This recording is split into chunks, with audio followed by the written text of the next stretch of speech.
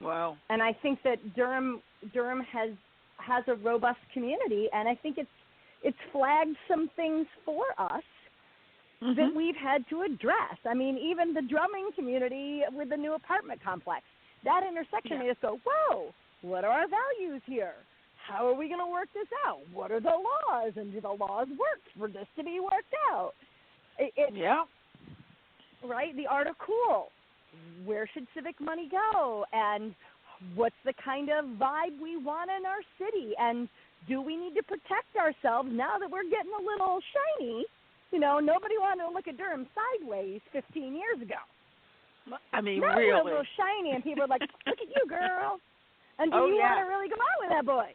Because he wasn't paying you any attention 15 years ago. Now he think you're all cool and everything. That's right. I was like, no. Why don't you go bring up Chapel Hill? No, sorry. I teach in Chapel Hill. I love Chapel Hill. So, but you know what I mean? That idea of like, well, maybe. But I think it's important. You need to have that culture, and you need to maintain that culture and keep it alive. And Commissioner Howard, she actually brings up an interesting point.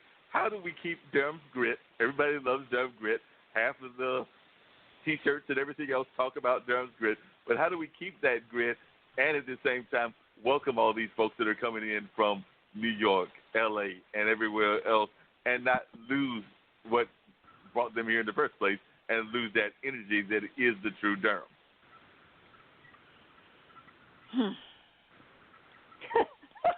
Yeah. Wow.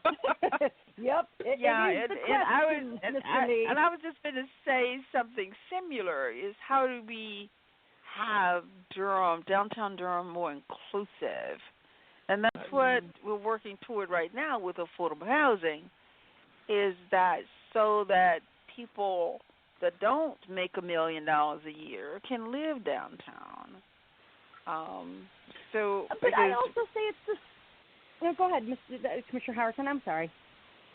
No, I'm just thinking about how the inclusiveness is so important in everything that we do because we start to exclude people. You know, well, I think part of it is that's. Go ahead. The story we can tell. I will tell you, I owned a little girl house. I call it my little girl house. I owned a house as a single woman. I get 2 postcards a day asking me to buy that house. I rent it to a single graduate student for about $200 to $300 more than I could charge for it because somebody did that for me so I could buy that house in Durham. And that's the spirit of that house. So I also think it's about the story we tell ourselves about who we are as Durham citizens. For me, the story of that house is that's women helping other women or, you know, like at the time it was 2 women. But it's somebody, that house is for people who are getting their start. It is not for people to make their money. The 2 women took half commission so I could afford it. That's what that house is about. And if you then take that and say, that's what this house, that's what the House of Durham is about. I also think it's about the story we continue to tell ourselves about who we are as a community. And you just do it. That's who we are and who we choose to remain. Yeah. And then you just step up to that story.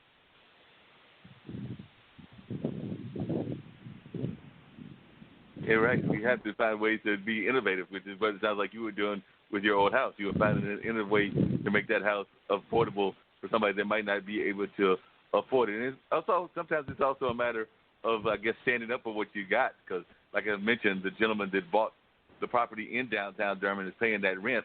Apparently, Subway at one point they wanted to move in there, and they wanted to, of course, go through his property. So he then went and got his attorney, who he, I guess, has on commission or whatever. And basically, they were like, no, that means that you got to go through this apartment that I just bought, and I'm trying to turn it into an art space, which is kind of going to ruin the vibe of what I'm trying to create.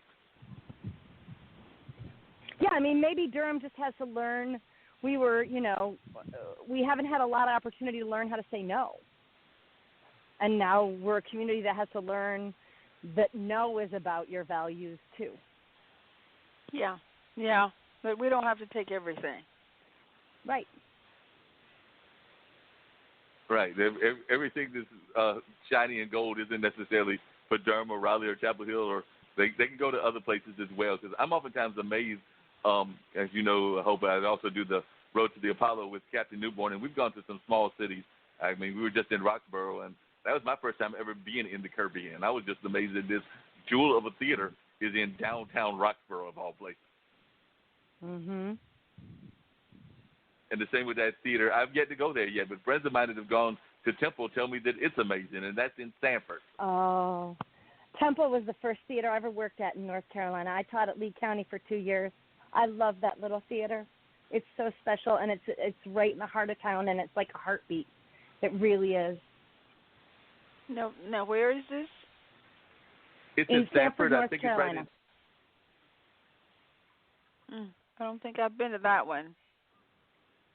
Have you been to the Kirby yet, Commissioner Howerton? That's the one that's in downtown Roxborough. If you could call it that little small area downtown. No, I have not. Yeah, and then Henderson just put up a theater that's actually doing really well. I think it was built by the same people that built the DPAC. So it's McGregor, I think it's called the McGregor Hill or something like that. But it's right there in the heart of Henderson. So there's all these little theaters that are popping up, some that are holding anywhere from, I think Temple might hold like around 7 or something like that. I know Roxborough holds about 8 or 9. And I think the one McGregor might hold about like 1,000. So there's like theaters that are popping up in rural North Carolina as well. And then in some ways they're becoming almost the economic engine of those areas. Well, I will say, been too busy. Man by pretty Stog. busy. Yeah, I will say that Man by Stog was that for at least for the arts community that I was hooked into in Durham. Man by Stog, when they did their retirement party, Mark, you should go on. Lakeisha Kofi did a really beautiful video of everybody she had photos with, and it's just, they raised 2 whole generations of artists, right? Like having something like that, Temple Theater, right? Like that it was a place for me as a young artist to go, and work, and that there should be a next level. Because, you can't be a 19-year-old who decides in community college, I think I like theater, and work at Playmakers and work at Burning Coal, right? You definitely need a stepping stone kind of place. And I think it's important for, And that's one of my great fears, and I've seen it. That's one of my great fears, and I've seen it happen before. Fortunately, I think that Baba Chuck, when he passed, did a good job of passing the mantle on to others who are continuing his tradition. But I sometimes worry about, like, YPTC. Jeffrin is definitely getting up there in age, and I don't know if anybody's going to step into her void if and when she ever decides to retire. And there's others like that I sometimes wonder if there will be people that will step into that void. Because, I mean, Jeffrin has been in that basement of the Durham Arts Council for decades. Right.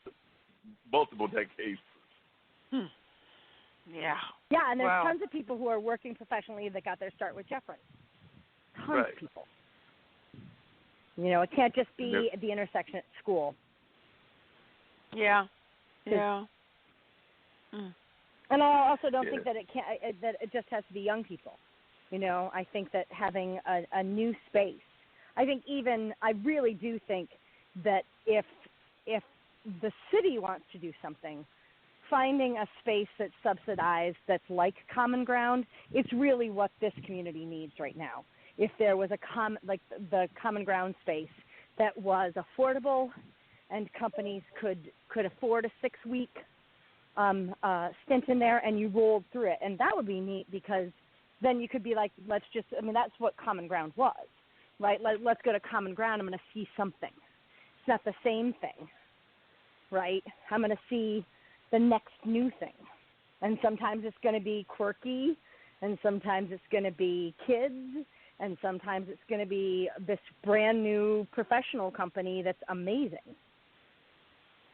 Because that seems to be, in my mind, what seems to be missing around here. Well, two things. There's some people might think the other one is too big or too ambitious, but it seems to be when you talk to people, particularly in the music world, and I would even argue the theater world and to some degree the film world as well, it's like they find plenty of smaller spaces, I'd say 400 and under, which includes like the Haiti and the Arts Council, and then they find the spaces that are like 1,100 and up, which includes definitely like the things that the Central Campus and Duke Campus and the DPAC and the Carolina Theater, and well, DPAC's even bigger than that. But it's that middle space that people seem to be missing, as well as the grandiose space. So it seems to me that whenever I talk where to you people, can afford to make your money back, right? Like where you can afford to, because if you're doing a show in a black box, the money just doesn't add up. Whereas if you're doing it something that's $500 or $600, then the money might add up. And because if you're doing it at 1,000 seats, it's going to be too big. And even if we got the big amphitheater, which I know is in some people's visions, that's going to be like really super big shows because nobody probably can really afford those in the local scene. So it seems like we need that middle size in order to actually make the money back. And the city could pilot it with an outdoor space that's like that, an outdoor, like the Forest Theater, right? Like a free space, like the Forest Theater, so that you could see if it's even going to grab traction. Well, listen, I'm going to have to get off of this phone. No problem. We've only got a few more minutes anyway, so I know everybody's going to get off shortly. But I know you have to get off, Commissioner Howerton. But before you get off, if people are interested in reaching out to you just to learn more about what you've got going on and to keep track of what you're doing and everything, I don't know when the next time that you're come around in terms of elections and everything. People just want to keep in touch with you. What is the best way for people to reach you? They can email me at B, like my name, Brenda Howerton, HOWERTON, at D as in Durham, DC, like cat, ONC, like North Carolina, .gov. So that's appreciate you, and definitely would. B Howerton at DCONC.gov. And Commissioner Howerton, if there was something that you could request to every Durham citizen, because I'm a Durham citizen, I'm your constituent, that any one of your constituents could do to make your job serving us easier, what would that be? Is there something we can do to make your job easier? That would be having conversations and with solutions, coming up with recommendations and solutions, and having a conversation about it. Done. Got it. Okay. Sounds great. Sounds great. Hopefully folks reach are out listening. To you with complaints. To reach out with solutions. I think that's a fine idea. Yeah. That is a great idea, and I appreciate you asking that question, Hope, because I was going there, and I definitely appreciate that. It's a great question that is definitely needed. I've still got a few more minutes, because I may have a few more minutes of talking with you if Commissioner Howerton has to drop off. But before she drops off, why don't you give your email and contact information in case Commissioner Howerton or anybody else listening wants to reach you? I'm just me at Gmail. I'm my full legal name, Hope Hines Love, HYNES, and it's Hope Hines Love. HYNES? HYNES. It's Irish. There are Hineses all over Galway. Okay, Hines at gmail.com. Okay. Great. Thanks a lot. And again, I appreciate you being on, and I certainly enjoyed talking to you. So thanks a lot. Thank you so much. Great to talk to you guys. Bye-bye. Good talking to you, too. Bye. Have a good one. Yeah. So, Hope, share with Dean and us some of the other theater pieces that you're really proud of, because I know you've done so much, and you've mentioned a couple of them, but I don't know if there's one or two other ones. I'm not going to talk about me. No. I'm not going to talk about me. I will talk about, you can go see David Henderson, directed by Jesse Gebhardt, at I Am My Own Wife. You can go see NRACT's production of Lady Day. Connie McCoy's in it.